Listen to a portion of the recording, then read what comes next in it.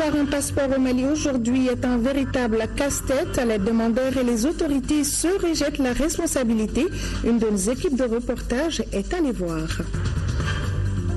Le nom du nouveau président nigérian a été proclamé officiellement aujourd'hui. C'est désormais Mohamedou Buhari, le candidat de l'opposition qui prendra les rênes du pays.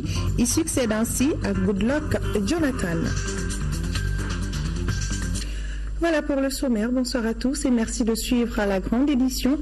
Nous sommes mercredi et le traditionnel Conseil des ministres s'est tenu aujourd'hui au palais de Koulouba sous la présidence du chef de l'État Ibrahim Boubacar Keïta. Nous donnerons lecture du communiqué du Conseil des ministres au cours de ce journal. Nous poursuivons donc ce journal. Le ministre de l'administration territoriale et de la décentralisation et celui en charge de la jeunesse viennent de séjourner dans la région de Tombouctou. Sur place, ils se sont entretenus avec les élus, chefs de village et autres préfets sur les préoccupations des populations. ORTM Tombouctou, Adam Djimde. Ils sont venus de l'ensemble de la région de Tombouctou, les élus locaux, chefs de fraction, chefs de village, sous-préfets et préfets. Objectif, rencontrer, échanger avec le ministre de l'administration territoriale et de la décentralisation et son collègue en charge de la jeunesse. À Tombouctou, le défi s'articule autour de la sécurité des personnes et de leurs biens, le retour des réfugiés et de l'administration et enfin le désenclavement des différentes localités. Ici, les populations ont tenu à exposer au ministre leurs préoccupations. Il y a des communes qui n'ont même pas un seul agent. Au nord, il y a crise d'enseignants. Tu trouves une école de 6 classes. 4 ans, il n'y a que 2 enseignants. Des écoles de 4 cours, il n'y a qu'un enseignant. Le refus des agents, notamment dans les secteurs éducation, santé, de rejoindre leur poste, et cela depuis la création de la commune sans incidence sur leur salaire. Selon le maire de Tombouctou, sa ville est pratiquement isolée pour cause d'insécurité. L'axe ouest de la ville sur la route Tombouctou-Gounam est coupé. Au nord, Agouné aussi est sous occupation. Au sud, la seule route de l'espoir, Tombouctou-Douanza. La seule voie de ravitaillement de la ville de Tombouctou est sérieusement menacée. Pas plus que la semaine dernière, 5 camions transportant des matériels d'aménagement ont été brûlés par des bandits armés. Certes, la situation est difficile. Toutefois, les hommes et les femmes de la 6e région tiennent le coup afin que le pays avance. Pour ce faire, il faut que certaines mesures soient prises. Premièrement, la réinstallation et la dynamisation de tous les postes de défense, de contrôle et de sécurité qui existaient avant la crise. Il s'agit des escadrons de Gounda, l'ERNEP, Tombouctou, du poste frontalier de Foïta, de l'unité méariste de Ber, des régiments de Tombouctou et de Gounda. Les assises de Tombouctou ont également évoqué les questions liées à la décentralisation, à la régionalisation, au développement et aux élections. Les élections ont enregistré plusieurs reports, dont les seules motivations étaient de prendre en compte à la fois certaines recommandations et les pourparlers d'Alger. Il est extrêmement important de le rappeler ici. Et voilà ce qui justifie le dernier report, faisant suite à une demande de la classe politique, prorogeant le délai de 6 mois. Cette réunion s'est déroulée en présence des députés et du président du Haut Conseil des collectivités. Le groupe de réflexion internationale sur la sécurité humaine au Mali s'est réuni autour du projet La société civile pour une stratégie de sécurité humaine au Mali. La rencontre doit réfléchir sur les perspectives de la société civile, y compris le rôle de la jeunesse, des femmes et des religieux dans la promotion de la sécurité humaine au Mali. Le compte-rendu de Boubacar Sissoko. Ce groupe de réflexion internationale planche sur le projet La société malienne pour une stratégie de sécurité humaine au Mali. Cela traduit sa volonté d'aider le Mali à se remettre d'une crise sociopolitique qu'il vient de traverser. Réussir à organiser des consultations dans toutes les régions du Mali, dialogue, concertation, relevait vraiment d'un grand défi. Et nous avons réussi à relever ces défis, vous et nous.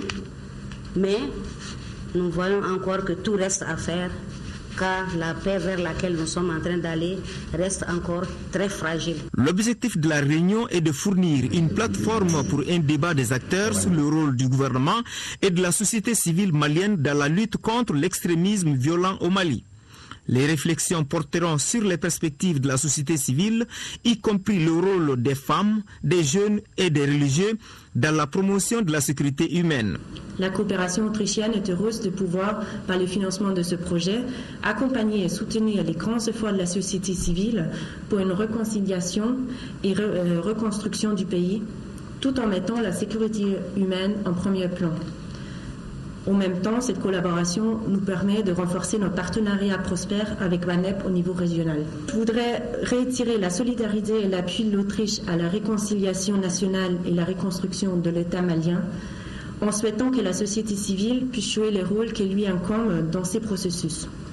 Les résultats qui seront issus des travaux sont vivement attendus par les autorités maliennes. Et nous osons espérer que vos résultats vont nous aider à davantage impliquer les Maliens, tous les Maliens, dans la préservation de leurs droits humains et dans l'accomplissement de la sécurité humaine.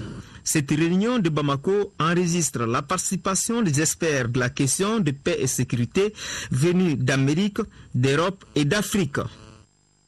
Faisons un tour sur le continent et plus précisément au Nigeria. Vous le savez certainement, c'est Muhammadu Buhari, le candidat de l'opposition qui a remporté la présidentielle en s'imposant face à l'actuel chef de l'État, Goodluck Jonathan. Et pour la première fois depuis 1999, c'est un opposant qui accède à la magistrature suprême dans ce pays. On en sait plus avec Sidiki Dambélé. Retenez bien, Muhammadu Buhari, c'est le nom du nouveau président démocratiquement élu du Nigeria. C'est lui qui a remporté la présidentielle de ce week-end en s'imposant face à l'actuel chef de l'État, Goodluck Jonathan. Et pour la première fois au Nigeria depuis 1999, c'est un opposant qui remporte la présidentielle. Muhammadu Buhari est un ancien général de confession musulmane et originaire du nord du pays. Après 4 tentatives infructueuses, Buhari a enfin trouvé la bonne formule. Il s'est entouré d'une coalition forte qui lui a permis de remporter cette élection. Il a été désigné par les 4 partis d'opposition qui ont fusionné pour former l'APC en 2014. De nombreux sénateurs et gouverneurs ont également fait défection la même année pour grossir les rangs de l'opposition. Et l'ancien chef d'État et poids lourd du PDP, Olusegun Obasanjo, a lâché Goodluck Jonathan dans une lettre publique qui a sans doute causé du tort au président sortant dans les bureaux de vote du sud du pays. Les Nigérians se sont rendus aussi aux urnes dans un contexte économique dégradé, lié en partie au cours du pétrole qui a chuté. Or, le Nigeria est le premier producteur d'or noir du continent. Sur le plan sécuritaire, de nombreux Nigérians ont été incrédules face à la passivité de l'administration Goodluck Jonathan devant la progression sanglante des insurgés de Boko Haram. Enfin, Buhari a surtout profité du bilan contesté de Jonathan qui cristallise de profondes frustrations des Nigérians qui veulent en finir avec la corruption et la pauvreté.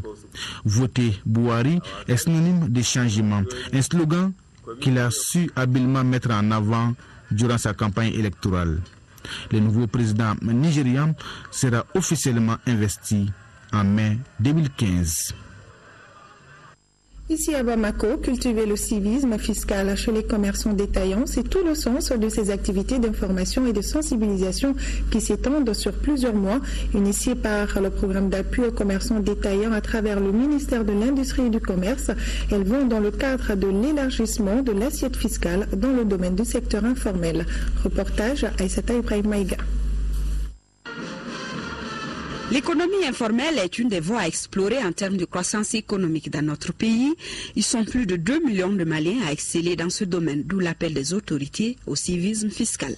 Il s'agit pour nous, département de l'économie et des finances, et notre administration chargée de la gestion de la fiscalité, de renforcer le potentiel fiscal de notre pays en développant une communication et une sensibilisation à la fois large et efficace.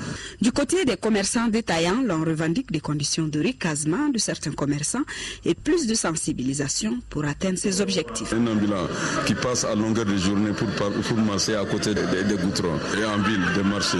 Donc s'il n'a pas de place fixe, comment il va payer les impôts?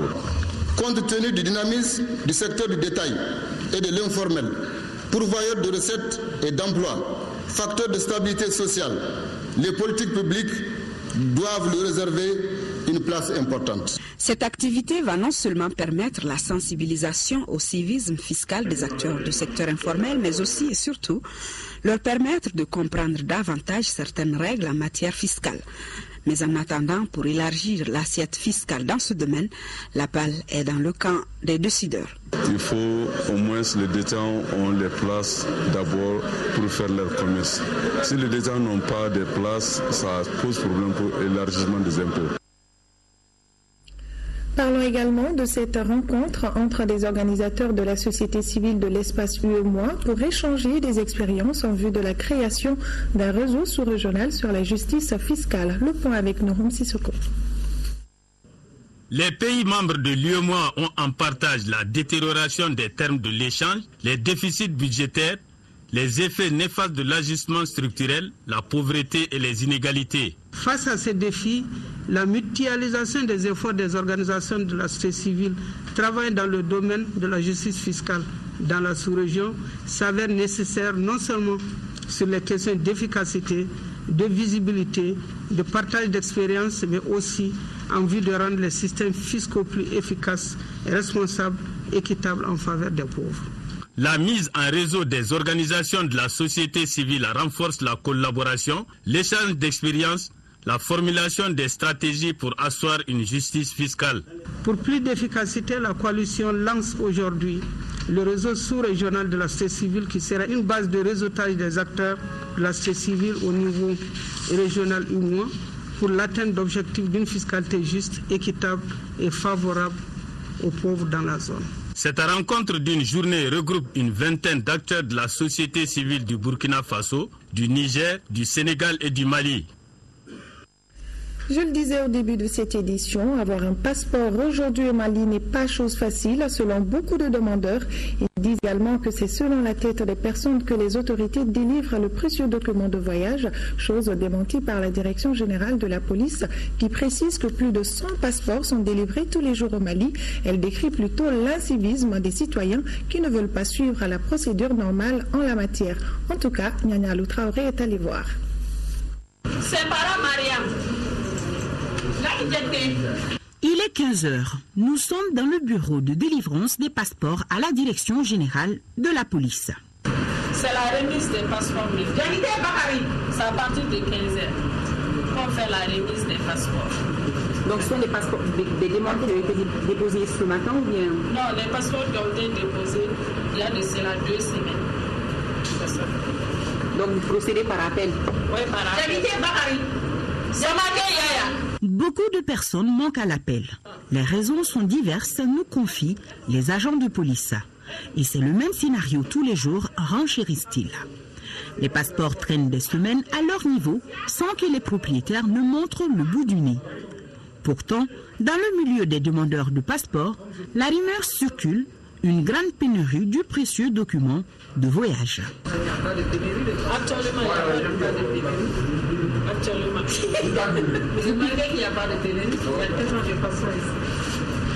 C'est pas facile d'avoir le passeport maintenant. Tout le moment, il y a plus de passeport. Ça vous fait quoi ça, de ne pas avoir le passeport? Bon, c'est déplaisant quand même, c'est déplaisant. C'est un peu difficile. Parce que j'ai déposé il y a maintenant 3 semaines. Bon, je suis venu vraiment voir si c'est sorti. On m'a dit que quand on a fait le dépôt, donc au maximum quand même c'est 2 semaines. À la différence de celui-là, ces 2 dames nous confient ne pas avoir rencontré de difficultés majeures. À ma main, quoi. 2 semaines. Vous constatez que c'est difficile de l'avoir? Non, bon, à ma gueule, c'est ça. Vous allez récupérer ce soir? Avec 2 semaines, bon. Direction le bureau du chef de division des passeports. Une nuée de personnes tient rang devant l'entrée. Devant notre étonnement, le chef de division nous explique que ces personnes font partie de ceux qui ne veulent pas suivre la procédure normale de demande de passeport. Les gens, ils pensent qu'il faut forcément brûler des étapes. Et ces étapes, nous n'acceptons pas à ce que ces étapes-là soient brûlées. C'est ce qui fait que souvent des gens, ils viennent, ils cherchent par tous les moyens à venir à me rencontrer pour qu'ils pensent qu'une fois là, ça va, ça y est. Non, c'est tout à fait le contraire. Parce que d'abord, on ne reçoit même pas. On ne reçoit personne ici. Tout le monde est invité à aller au niveau du dépôt pour faire le rang. Et à partir du rang, tu es pris en charge. Le postulant est pris en charge, et le dossier est traité et sans problème. À la date d'aujourd'hui, il n'y a pas de pénurie de passeport. Il n'y a pas de pénurie de passeport, je le dis et je le répète. Celui qui a besoin de passeport, qu'il vienne ici, qu'il se mette dans les rangs, il n'y a aucun problème, on va lui donner le passeport et il sera satisfait. Même son de cloche chez le directeur général de la police. Amidou Kansai qui signe et persiste. Ces pratiques sont révolues. Chaque citoyen a le droit d'avoir un passeport, mais à la seule condition d'être présent et de suivre les règles édictées en la matière. Dans notre pays, tout le monde veut avoir le passeport en 5 minutes. Ça n'existe nulle part au monde. Nos concitoyens n'aiment pas se présenter physiquement eux-mêmes pour obtenir le passeport. C'est une des raisons majeures du phénomène que nous connaissons. Alors, donc vous nous dites qu'il n'y a pas de pénurie? Il y a des difficultés, mais j'ai dit le mot pénurie ne me semble pas approprié parce que tous les jours nous faisons des passeports. Nous faisons à peu près 125 passeports en semaine et le samedi est consacré uniquement et exclusivement aux Maliens de l'extérieur. Nous produisons 500 passeports à l'intention de nos compatriotes résidant à l'étranger. Alors, comme vous dites que ce sont des difficultés, quelles sont les solutions envisagées pour pallier ces difficultés, donc, monsieur le directeur? Les solutions, c'est la discipline. Comme je vous l'ai dit tantôt, que nos concitoyens acceptent de se présenter eux-mêmes, d'éviter, et j'insiste là-dessus, d'éviter les intermédiaires. Le bureau des passeports traite par jour plus de 300 demandes et c'est là en fonction des périodes. Pour avoir un passeport, il faut 2 photos d'identité, une carte d'identité nationale et la somme de 50 000 francs CFA. Le document est délivré sous 21 jours. Et c'est compris, Nyanya Alou Traoré. Pour en savoir davantage sur la Fondation 40 ans qui sera au centre d'une conférence demain à Bamako, écoutons l'administrateur général de la Fondation, Lassana Chérif, au micro de Mamourou Sidibé. La Fondation 40 ans a été créée en 2000 par un certain nombre d'États de l'Afrique de l'Ouest, 4 États. Pour la définition, 40 ans vient du mandingue. 40 veut dire apprendre. État veut dire foyer ou feu. Donc l'ensemble veut dire foyer d'apprentissage. Le but assigné, c'est la mutualisation des ressources et des expériences en vue d'accroître la qualité des offres et pratiques de l'alphabétisation et éducation non formelle.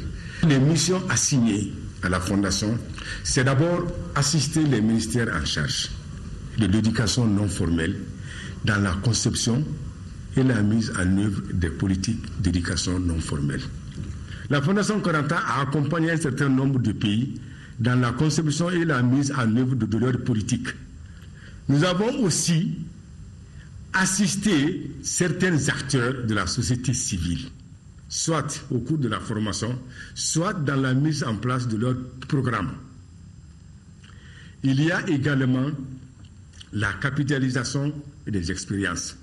Actuellement, nous avons élaboré, sur instruction du Conseil de Fondation, un référentiel, non seulement de formation des acteurs en alphabétisation, mais aussi d'évaluation de certification.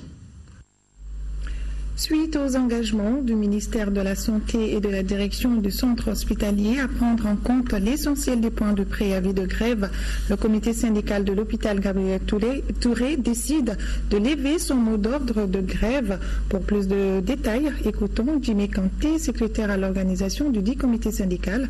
Il s'exprime au micro de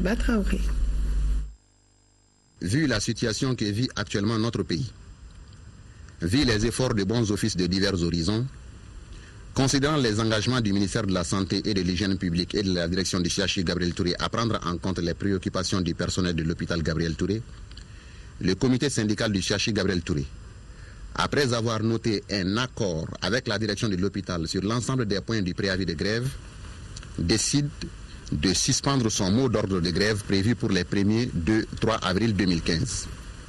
En conséquence, le comité syndical demande aux travailleurs de l'hôpital de continuer normalement le travail tout en restant mobilisé pour les décisions et actions ultérieures.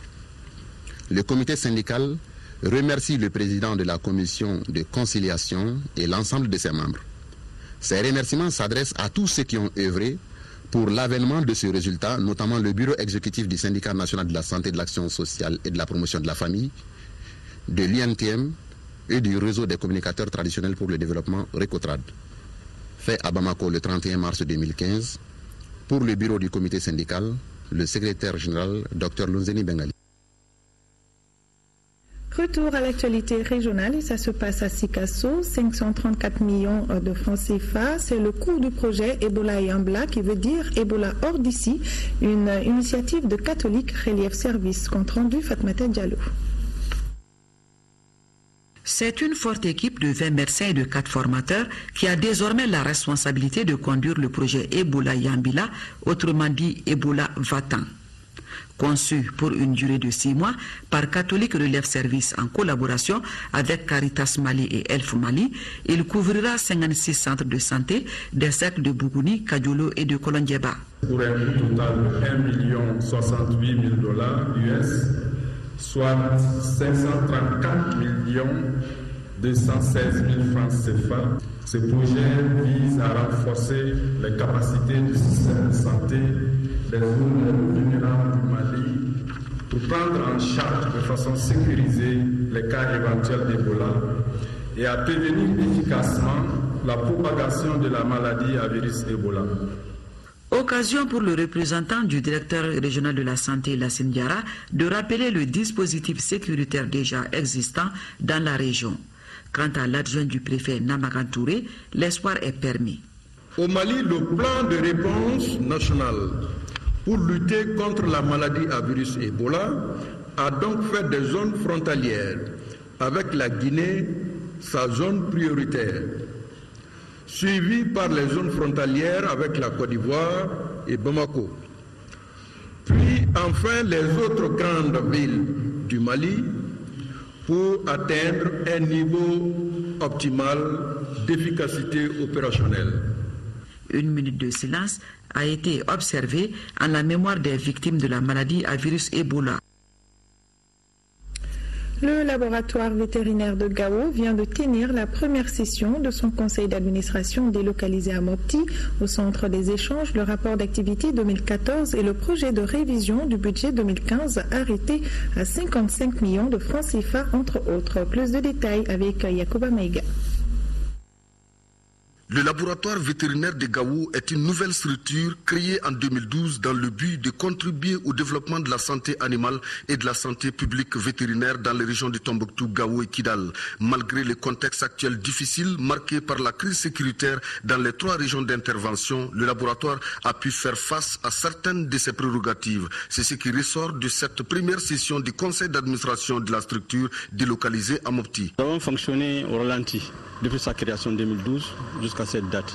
Nous avons mené des activités et maintenant c'était des activités surtout de liaison, de coordination avec les acteurs.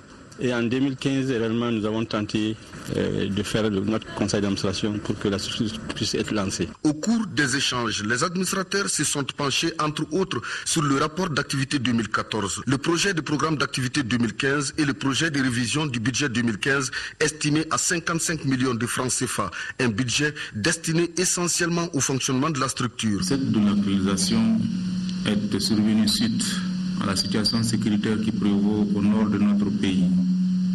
Mais cela ne devait point émousser les ardeurs des cadres du laboratoire vétérinaire de Gao.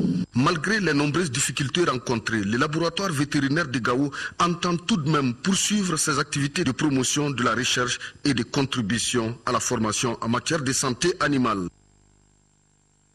À Koulikoro, cette fois-ci, la passation de commandement entre l'actuel chef de l'EITM et le général allemand de brigade est prévue pour le mois d'août. En prélude à cet événement, le général allemand est venu tâter le terrain afin de mieux s'imprégner des réalités et dit avoir bien mesuré la tâche qui l'attend. Reportage Brahima Kone. En août 2015, l'Allemagne prendra les commandes de l'EITM à Koulikoro. Le général de brigade Franz Xaver Frengle sera le nouveau chef de l'EITM. Il vient donc en précurseur pour mesurer la tâche qui l'attend. La continuation de la restructuration de l'armée malienne doit être la mission principale à laquelle le général allemand et les troupes de l'EITM se dédient. Je vais prendre une responsabilité ou la responsabilité de l'EITM à partir de l'été de cette année et je voulais simplement faire une impression personnelle du pays, de la mission et du cadre de la mission et d'avoir une première idée. Qu'est-ce que je vais faire à partir de cet été? La venue du général Plengré au centre de champ Bouagar Sarassi témoigne de toute l'importance qu'il accorde à la grande responsabilité qu'il a la chance de diriger, c'est-à-dire former les forces armées maliennes. Donc il ne vient pas aussitôt commencer la mission sans se faire une idée dans l'amélioration du système et de faire des prévisions pour atteindre les objectifs assignés. L'Allemagne, tout comme les autres nations évoluant dans l'EITM, participe pleinement à la formation et au réarmement des soldats maliens. Les expertises se multiplient au fur et à mesure que les chefs militaires des 23 nations composant l'EITM viennent rendre visite à leurs troupes respectives. Retour à Sikasso, troisième édition du festival culturel, artistique et touristique de Woroni. Initié par l'association des ressortissants et sympathisants de Woroni, l'événement a été marqué par la visite des sites touristiques et les danses folkloriques. Les temps forts avec Bambi Trissatouri. Pour cette troisième édition du festival culturel, artistique et touristique organisé par l'association des ressortissants et sympathisants de Woroni, les festivaliers sont venus de tous les horizons pour ce rendez-vous 2015 qui se veut un moment de rappel d'une de nos valeurs séculaires. Donc je lance un appel à toutes les bonnes volontés de pouvoir nous appuyer dans la promotion, surtout la vulgarisation de ce festival qui peut être très important dans la sous-région puisque c'est culturel, c'est la culture sénéfo. Et ici le sénéfo, il faut voir la Côte d'Ivoire, le Burkina, nous sommes dans un petit carrefour ici. Un événement qui a permis aux festivaliers de visiter les sites touristiques de Woroni, à savoir les portes du Soudan, la mosquée des pierres de Fakokuru et les chutes d'eau. Et les parrains de se réjouir du choix porté sur lui. La culture est la base de tout. Donc la culture, c'est la connaissance de soi, c'est la base du développement en réalité d'un pays. Je lance bien sûr un message aux plus hautes autorités pour vraiment la sauvegarde de ce festival, qui est un festival qui regroupe vraiment les populations, une zone de brassage culturel, donc qui est vraiment la base de la réconciliation, de la connaissance de soi. Les journées culturelles constituent sans contexte un événement intégrateur de l'ensemble des populations du cercle, je dirais même du pays tout entier. La cérémonie a été marquée par des danses folkloriques et un match de football a mis fin aux journées culturelles, artistiques et touristiques de Woroni. Ouverture ce matin des travaux de la deuxième session ordinaire de la Cour d'assises de Mopti. Au rôle de cette session qui durera 3 semaines, 30 affaires dans des cas d'assassinat, d'enlèvement de personnes, de pédophilie, de viol et d'incendie volontaire, entre autres. Jules Sambou-Sissoko nous en parle. Le Grand Prix du Sénégondo est incontestablement la course hippique phare des cercles de Koro et Bankas. La deuxième édition a mobilisé les meilleures écuries de cette contrée sous la houlette du comité hippique de Madougou avec le soutien multiforme des fils du terroir. Elle constitue une source d'inspiration de l'histoire antique du Sénégondo. Cette course hippique est un facteur de communion avec le passé, mais aussi un outil de culture et de tourisme. Ce grand rendez-vous sportif et culturel, facteur de brassage, est à soutenir. Notre plus grande ambition aujourd'hui est de faire en sorte qu'au prochain Grand Prix du président de la République en 2015, les chevaux de la région de Mopti fassent parler d'eux. M'adressant particulièrement au ministre des Sports, je sollicite la réalité concrète des promesses d'aménagement d'espaces appropriés pour une meilleure organisation des courses hippiques à Koro et à Bankas. Je voudrais tout particulièrement remercier la famille Ba pour les efforts inlassables qu'elle a déployés depuis plusieurs années en faveur du développement et de la promotion des courses hippiques dans le Sénou. L'événement, dans sa version 2015, a mis aux prises 3 catégories chevalines.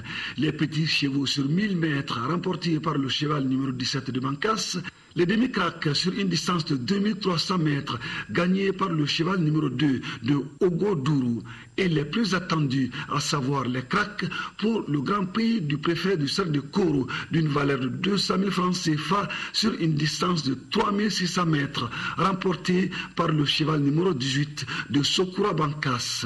La race chevaline a été bien magnifiée et célébrée à Madougou. Vous l'aurez compris, c'était plutôt la 2e édition du Grand Prix de Séno-Gondo.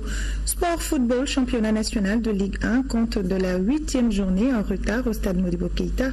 Le stade malien de Bamako a réussi un festival offensif à 4-0 sur le premier Avenir Club de Tombouctou. Le point avec Kumbanyambili. En s'imposant par un score sans appel de 4-0 devant Avenir Club de Tombouctou, lanterne rouge, le stade malien de Bamako prend la tête du classement avec 22 points.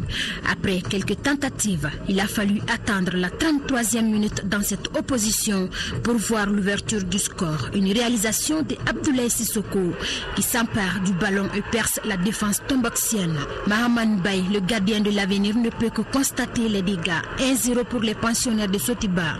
Ce score mène à la pause. De retour sur la pelouse, les Blancs de Bamako montent la pression. L'Avenir ne fait que subir. 65e minute sur un service de Eric Djombandé. Boubacar Bangoura double la mise pour le stade. 2-0. Toute chose qui motive l'équipe de Sotiba. Nous sommes à la 85e minute.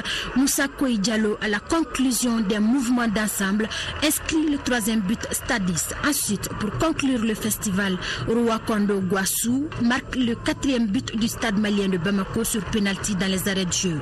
Score final 4-0 pour les Blancs de Bamako. Après notre mauvais pas face à la Somme, on se devait de se racheter et de prendre confiance par rapport au match qui nous attend samedi.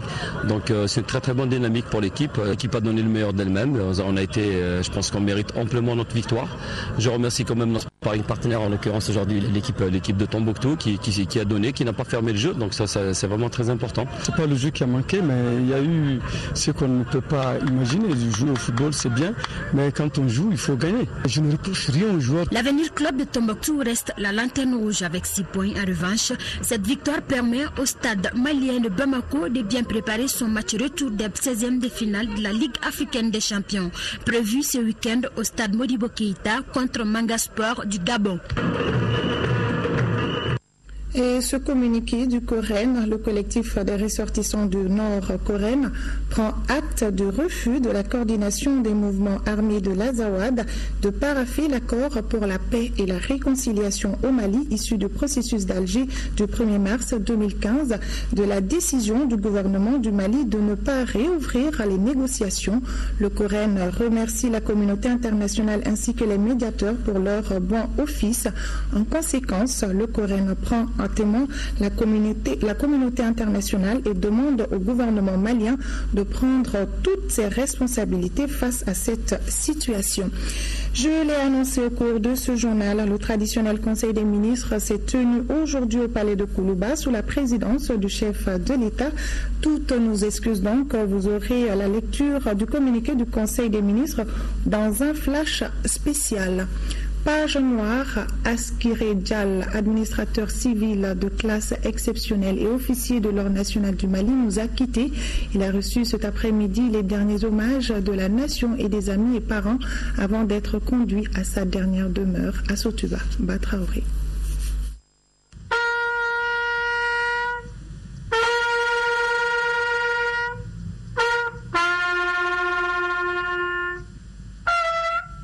Arsiké Dial est né vers 1934 à Boukari dans le cercle de Tenenkou. Inscrit à l'école élémentaire de Dia en 1940 et après un brillant parcours scolaire, il est professeur de l'enseignement secondaire en 1964. Administrateur civil par changement de corps le 3 décembre 1977, Arsiké Dial occupera successivement plusieurs hautes fonctions dans l'administration publique malienne. directeur d'école, chef de cabinet du ministère de l'Éducation nationale, chef du service des frontières, conseiller technique au ministère du Travail et de la fonction publique, directeur national du travail et des lois sociales, conseiller technique au ministère de l'Emploi et de la formation professionnelle et conseiller à la Cour suprême. Chevalier de l'Ordre national du Mali et du Niger en 1980, Arseke Dial est officier de l'Ordre national du Mali le 19 décembre 2005. Cet administrateur civil de classe exceptionnelle ne manque pas de compliments de la part de ses amis. Il m'a toujours enseigné qu'il y a deux concepts, être responsable et être chef. Quand vous êtes responsable, tous vos collaborateurs sont amis, quel que soit leur niveau de formation. Si vous êtes chef, vous transformez en bourreau et la moindre situation présentée, vous prenez le fouet pour le taper. Ainsi, ses enfants, ses amis, ses collaborateurs sont tous devenus ses parents. Arseke Dial, qui repose désormais au cimetière de Sotiba, laisse derrière lui 11 enfants inconsolables. Voilà donc le Conseil des ministres est fin prêt. Vous aurez donc la lecture du communiqué du Conseil des ministres avec Ibrahima Djombeli. Bonsoir Ibrahima. Bonsoir, mesdames et messieurs, bonsoir au chapitre des mesures législatives. Au titre du ministère de l'économie et des finances, sur le rapport du ministre de l'économie et des finances, le Conseil des ministres a adopté deux projets de loi portant modification de la loi numéro 06-067 du 29 décembre 2006 modifiée portant Code général des impôts. Le premier projet de loi modifie les articles 245 et 249 du Code général des impôts pour délimiter de manière explicite le champ d'application et modifier le taux de la taxe sur les activités financières. Ces modifications précisent les professionnels du commerce des valeurs et de l'argent assujettis à la taxe sur les activités financières, les banques et les établissements financiers, les personnes physiques ou morales réalisant de l'intermédiation financière, les personnes physiques ou morales réalisant des opérations de transfert d'argent, les agents de change et autres personnes réalisant à titre principal les opérations de nature bancaire ou financière, les escompteurs et les remisiers.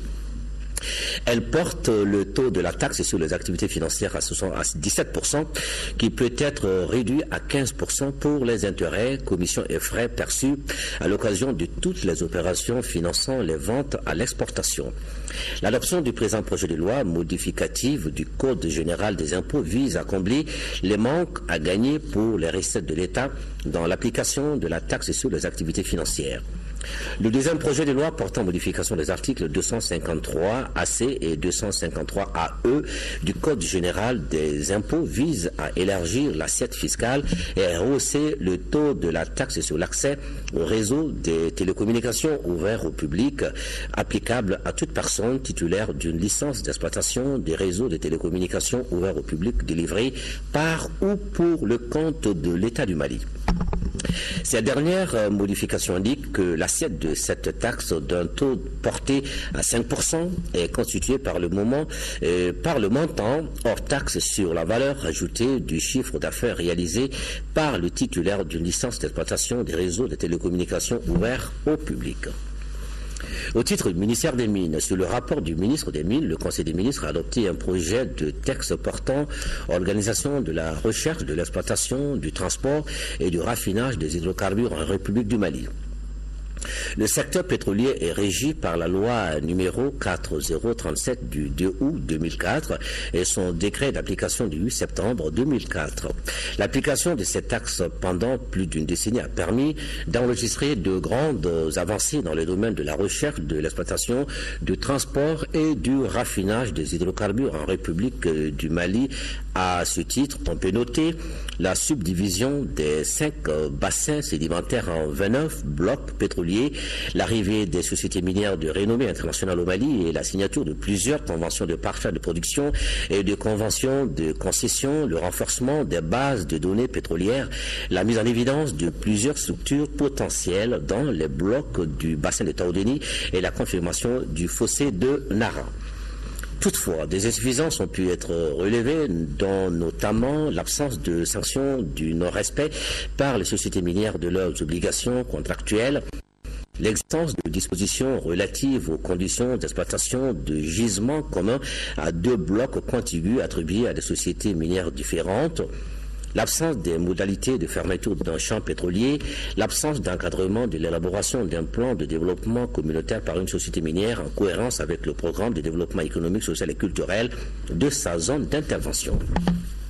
Les présents projets de texte visent à corriger les insuffisances constatées. Ils contiennent un certain nombre d'innovations, dont la suppression du contrat de concession au profit du contrat de partage de production, l'introduction du contrat de reconnaissance permettant d'effectuer certains travaux géologiques avant la conclusion d'un contrat de partage de production, l'introduction du contrat de service par lequel l'État confie certains travaux de recherche par des sociétés minières habilitées, la fixation d'un quota minimal d'employés maliens à recruter par les sociétés minières qui opèrent sur une partie du territoire national, la constitution annuelle d'une provision dans un compte séquestre pour financer le plan de fermeture, le renforcement de l'imposition dans le cas d'amodiation et de cession par la mise en place de taxes de plus-value des cessions.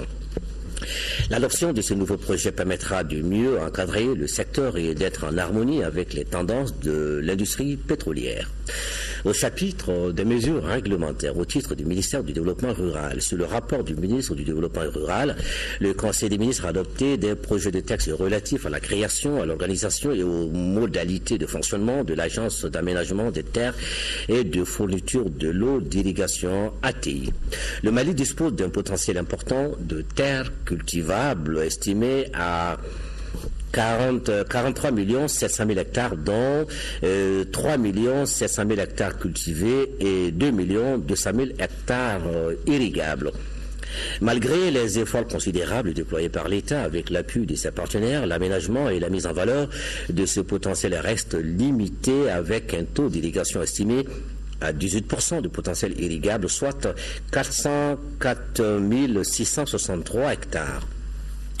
Pour accélérer le rythme d'aménagement et contribuer à l'augmentation des surfaces aménagées et à l'amélioration de la gestion des périmètres existants, le gouvernement a décidé la création d'une structure d'aménagement des terres et de fourniture de l'eau d'irrigation dotée de la personnalité morale et de l'autonomie financière. L'Agence d'aménagement des terres et de fourniture de l'eau d'irrigation ATI, dont la création est proposée dans ce cadre, est un établissement public à caractère industriel et commercial qui est chargé de la mobilisation des ressources financières nécessaires pour la mise en valeur des terres aménageables, l'appui à la réalisation des infrastructures, équipements de maîtrise de l'eau et des opérations d'aménagement pastoraux et aquacoles appropriés dans les bassins de production, l'accompagnement des démarches de sécurisation du foncier agricole, l'appui au processus de délivrance de baux dans les grands bassins d'irrigation et enfin l'accompagnement des producteurs dans la gestion et la maintenance des infrastructures et équipements ruraux réalisés.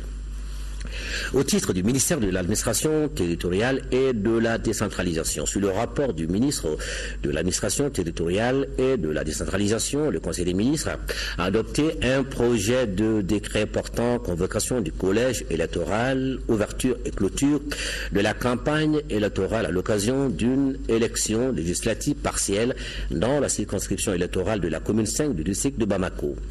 Suite à la déclaration des vacances d'un poste de député dans la circonscription électorale de la commune 5 du district de Bamako, conformément aux dispositions législatives en vigueur, il sera procédé à une élection partielle. Au terme du projet de décret, le collège électoral est convoqué le dimanche 31 mai 2015 à l'effet de procéder à l'élection d'un député dans la circonscription électorale de la commune 5 du district de Bamako. Un second tour du scrutin aura lieu le dimanche 21 juin 2015 si aucun candidat n'obtient la majorité absolue des suffrages exprimés au premier tour.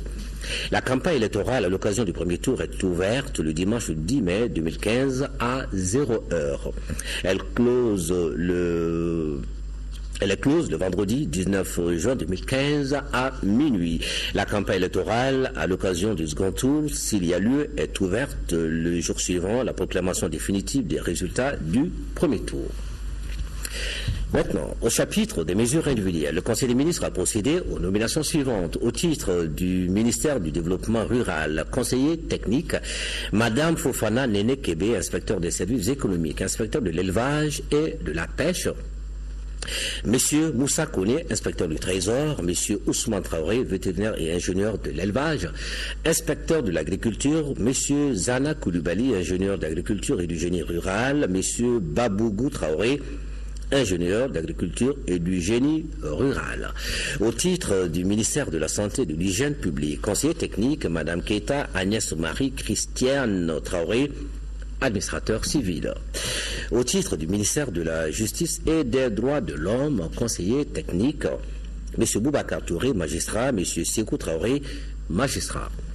Au titre du ministère des Maliens de l'extérieur, chef de cabinet, Mme Mahawa Aydara Sidibé, inspecteur des finances. Au titre du ministère du Commerce et de l'Industrie, chargé des missions, M. Amadou Bedi Aydara, juriste, Mme Diara Fatou Traoré, gestionnaire, M. Ouma Aydara, sociologue.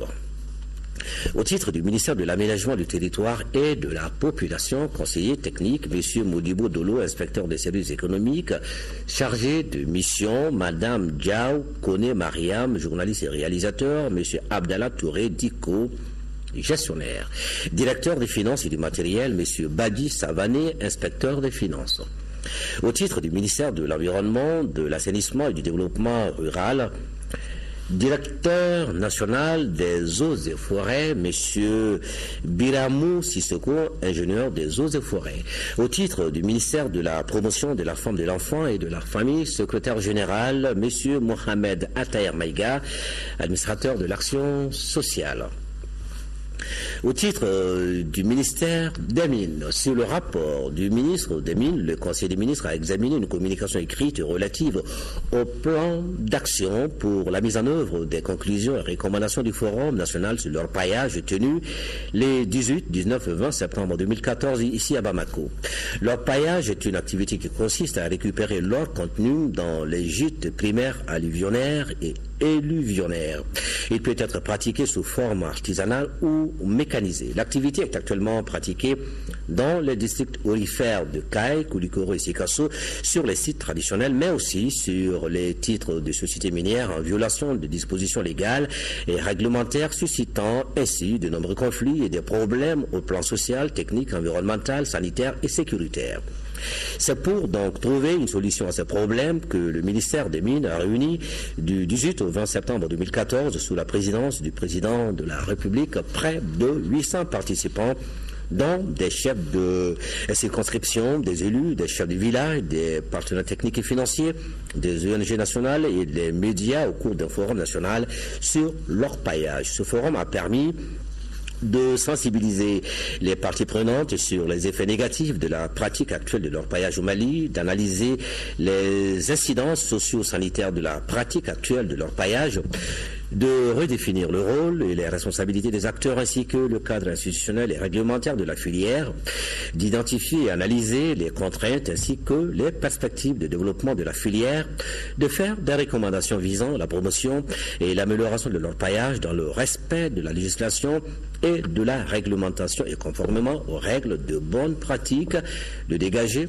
les axes d'un plan d'action sur l'exploitation artisanale et à petite échelle de l'or. À l'issue de ces travaux, le Forum a formulé des recommandations concernant la mise en œuvre d'un ensemble de mesures relatives à la sécurité, à l'amélioration du cadre réglementaire et institutionnel, à la gestion de l'environnement des sites d'orpaillage, au respect des règles de sécurité et d'hygiène, au renforcement des capacités des acteurs et à la mise en place d'un programme d'accompagnement socio-économique des orpailleurs. Ces recommandations sont assorties d'un plan d'action 2015-2016 dont le coût de mise en œuvre est évalué à 465 millions de francs CFA. Voilà ce qu'il fallait retenir du Conseil des ministres d'aujourd'hui, un conseil dont le texte vient de nous arriver. Merci bien, Ibrahima Domélé, et bonne soirée. Voilà, c'est tout pour ce journal préparé par toute la rédaction. Merci à vous de l'avoir suivi. Demain, 10h-13h, Amadou Sankaré. Pour ma part, je serai là pour les éditions du soir, s'il plaît à Dieu. Bonne soirée à tous.